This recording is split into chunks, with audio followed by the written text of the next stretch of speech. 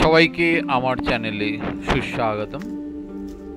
আসুন আজকে আপনাদের মুক্তেশ্বরে কেএমভিএন এর যে ট্যুরিস্ট রেস্ট হাউসটি আছে সেটাকে ঘুরে দেখাই এবং যে ঘরে আমি ছিলাম তার সমস্ত ডিটেলস আপনাদের শেয়ার করি।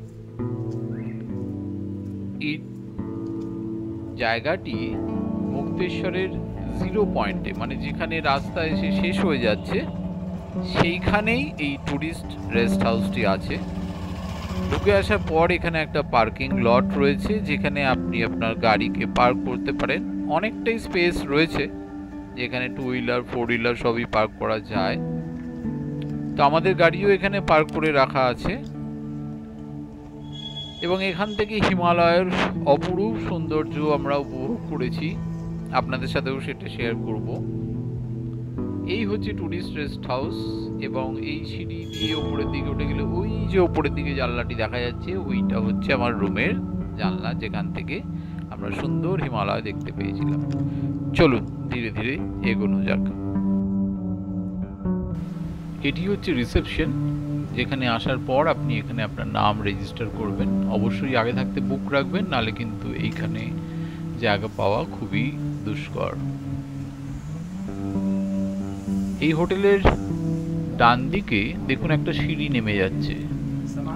এই সিঁড়িটা দিয়ে যদি আপনি নেমে যান তাহলে এই কেএমভিএন আরেকটি প্রপার্টি আছে নিচের দিকে, সেই প্রপার্টিটাতেও আপনি স্টে করতে পারেন, যেটা হচ্ছে জিম করবেট মেমোরিয়াল বাংলো বা জিম করবেট হেরিটেজ বাংলো। এখানে নাকি জিম করবেট সাহেব ছিলেন।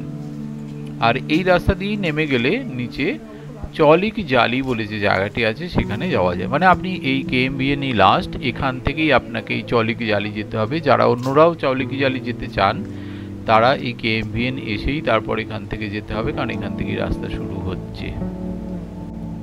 এবার রিসেপশনের সমস্ত কাজকর্ম শুরু আমরা ওপরের দিকে এবার যাই। এখানেও কিন্তু অনেকগুলো সিঁড়ি ভাঙতে হবে। আপনাদের হোমওয়ার্কটা দেবো সিঁড়ি কাউন্ট করার, তো আপনারা করতে পারেন। তো চলুন সিঁড়ি বেয়ে উপরের দিকে ওঠা যাক। বেশ অনেকগুলোই সিঁড়ি, কষ্ট হয়েছিল খুব উঠতে। একটু বয়স হয়ে গেলে হাঁটু যখন জবাব দিয়ে দেয় তখন এই হাঁটু নিয়ে কিন্তু এই সিঁড়ি ভাঙা খুবই ডিফিকাল্ট। তো যাই হোক, আমরা দুটো মোড় ঘোরার পর একটা রুমের মধ্যে এলাম। এখানেও বেশ কিছু সিঁড়ি টপকে যান, তারপরে সেই রুমের ভেতর দিয়ে আবার একটা কাঠের সিঁড়ি উঠে গেছে। এই সিঁড়ি ভাঙতে ভাঙতেই কিন্তু আমাদের এই ট্যুরে খুব অবস্থা খারাপ হয়ে গেছে। যাই হোক, ভালো জিনিস থাকতে গেলে, ভালো জিনিস ভালো জায়গায় থাকতে গেলে, ভালো কিছু উপভোগ করতে গেলে কিছু তো কষ্ট করতেই হয়। তো যাই হোক, এই উঠে আসার পর এই ফার্স্ট ফ্লোরে আমার এইটি হচ্ছে রুম, যেটার রুম নাম্বার 105। এটি একটি 4 বেডেড রুম।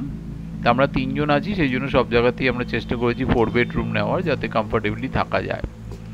দরজাটা দিয়ে দিই এবং প্রত্যেকটা জায়গায় সুন্দর সুন্দর পর্দা দেওয়া রয়েছে।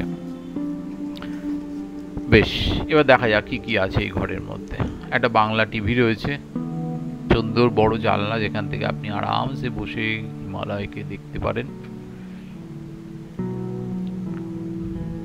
সত্যি খুব উপভোগ করেছি আমরা মুক্তেশ্বরকে। টিভি যদিও আমাদের কোনো কাজে লাগেনি, কারণ টিভি দেখার সময়ই নেই। এত সুন্দর প্রকৃতি ছেড়ে কি টিভি দেখবো। এদিকে একটা ডাবল বেড, এইদিকেও একটা ডাবল বেড, একটাতে আমি আমার ওয়াইফ, একটা দিকে আমার ছেলে ছিল। পুরোটাই কাঠের এরকম ইন্টেরিয়ার, ভেতরটা করা। একটা বড় আলমারি রয়েছে, দেয়াল আলমারি। আপনি যদি খোলেন তো ভেতরে এক্সট্রা কম্বল দেওয়া রয়েছে। এখানে কিন্তু বেশ ঠান্ডা আছে মুক্তেশ্বরে। আর এদিকেও বেশ কিছু হ্যাঙ্গার রয়েছে, জামা কাপড় রাখতে পারবেন। আর অল আউট দেওয়া রয়েছে মশার জন্য, প্লাস এখানে হট এয়ার ব্লোয়ারও দেওয়া আছে। তাহলে বুঝতে পারছেন কিরকম ঠান্ডা এখানে। বেশ, এই পর্দার পেছনেই রয়েছে আমাদের বাথরুম, বিরাট বড় বাথরুম। বাথরুমের ভেতর কথা বললে সব ইকো হতো। সুন্দর পরিষ্কার পরিচ্ছন্ন, একদম ওয়াল টু ওয়াল টাইলস করা, পরিষ্কার পরিচ্ছন্ন একটা বড় সাইজের বাথরুম রয়েছে আমাদের। খুব সুন্দর, ওয়েল মেনটেন্ড, এটুকুনি বলতেই হবে। বাথরুম থেকে বেরোনোর পর ডান দিকে বড় মিরর রয়েছে। আর এদিকে ব্যালকনি রয়েছে, পর্দা সরিয়ে দরজা খুলে আপনি ব্যালকনিতে যান, ব্যালকনি থেকে সুন্দর প্রকৃতিকে উপভোগ করুন। এগুলো আরও কিছু রুম রয়েছে এই কেএমভি-নেরই। এখানে কিন্তু বাদর আর ওই লাঙ্গুর থেকে কিন্তু খুব সাবধান, এখানে কিন্তু ওদের উৎপাতটা একটু বেশি আছে, সুতরাং ঘরের দরজা না খুলে রাখাটাই ভালো। আমাদেরকে হোটেল থেকে তাই বলেছিল যে ঘরের দরজা খুলে রাখবেন না, সবসময় এটাকে ক্লোজ করে রাখবেন। বারান্দাটা খুব সুন্দর, আপনি এখানে আরামসে বসে এক কাপ চা নিয়ে প্রকৃতির মাঝে বসে থাকতে পারেন। এই হচ্ছে আমার মুক্তেশ্বরের স্টে।